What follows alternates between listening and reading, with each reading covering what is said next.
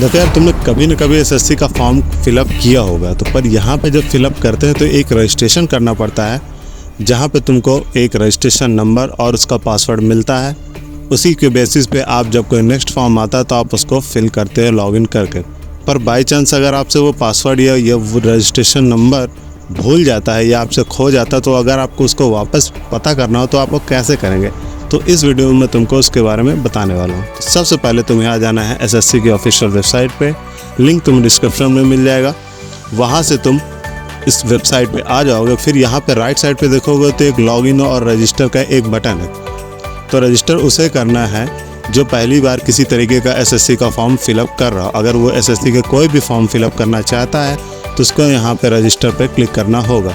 तो कैसे उसको रजिस्ट्रेशन करना है वो सामने तुम्हारी स्क्रीन पे एक वीडियो आ रही है, उसको देख के तुम्हें पता चल जाएगा कि कैसे करना है। तो जाओ, जाके ज़रूर चेकआउट कर लेना। पर अगर तुमने रजिस्ट्रेशन कर लिया है तो अब यहाँ पे आता है लॉगिन का।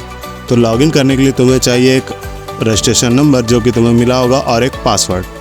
तो अगर वो तुम्हारे पास है तो तुम उससे लॉगिन कर सकते हो, और अगर नहीं है तो उसके लिए तुम्हें यहाँ पे आओगे तो एक फॉरगेट पासवर्ड का एक लिंक मिलेगा, उस पर तुम्हें क्लिक करना है। ऐसे तुम उस पर क्लिक करोगे तो सामने तुम्हारे दो ऑप्शन देखने के लिए मिलेंगे।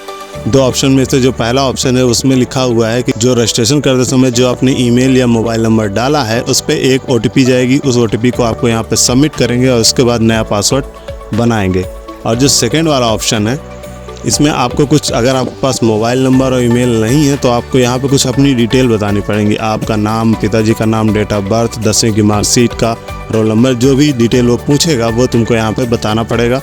अगर तुम्हारे पास ईमेल और मोबाइल नंबर है तो ये सब बताने से अच्छा आप डायरेक्ट फर्स्ट वाला ऑप्शन को आपको यहाँ पे चूज करना है। तो सेलेक्ट करने के बाद आपको यहाँ पे कंफर्म पे क्लिक कर देना है। जैसे कंफर्म पे क्लिक करोगे तो यहाँ पे सबसे पहली डिटेल जो आपको यहाँ पे फिल करनी है वो आपको डेट ऑफ बर्थ, जो भी आपकी जन्म तिथि आपकी मार्कशीट के हिसाब से उसको आपको यहाँ पे फिल करना है, जो भी आपकी जन्म तिथि। उसके बाद आपसे पूछेगा 10वीं का एजुकेशन बोर्ड नेम। आपने क्लास 10th की जो बोर्ड परीक्षा पास की वो किस बोर्ड से पास की है वो आपको यहाँ पे बताना पड़ेगा। उसके बाद आपको अपनी ईमेल आईडी या मोबाइल नंबर दोनों में से कोई एक चीज़ बतानी पड़ेगी। तो अगर आपके पास ईमेल है, उसका पासवर्ड है और वो एक्टिव ईमेल है तो आप ईमेल सेलेक्ट करें, और अगर आपके पास नहीं है तो आप मोबाइल नंबर फिलअप करके गेट वेरिफिकेशन कोड उसमें क्लिक कर सकते हैं।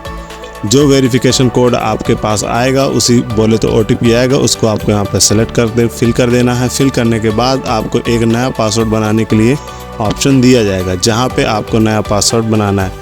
नया पासवर्ड बनाने के कुछ नियम व शर्तें हैं, जैसे कम से कम एक अक्षर कैपिटल लेटर होना चाहिए और एक अक्षर कम से कम स्मॉल होना चाहिए। साथ ही साथ एक नंबर होना चाहिए, कम से कम एक होना चाहिए, और साथ ही कम से कम एक स्पेशल कैरेक्टर भी होना चाहिए। तो इनको शर्तों को पूरा करते हुए तुमको एक पासवर्ड बनाना है न्यू पासवर्ड में। उसके बाद कंफर्म पासवर्ड में भी वही पासवर्ड यहाँ पे फिल कर देना और कंफर्म कर देना है। जैसे कंफर्म करोगे तो तुम्हारे सामने एक मैसेज आएगा कि हाँ, आपका पासवर्ड सक्सेसफुली रीसेट हो चुका है।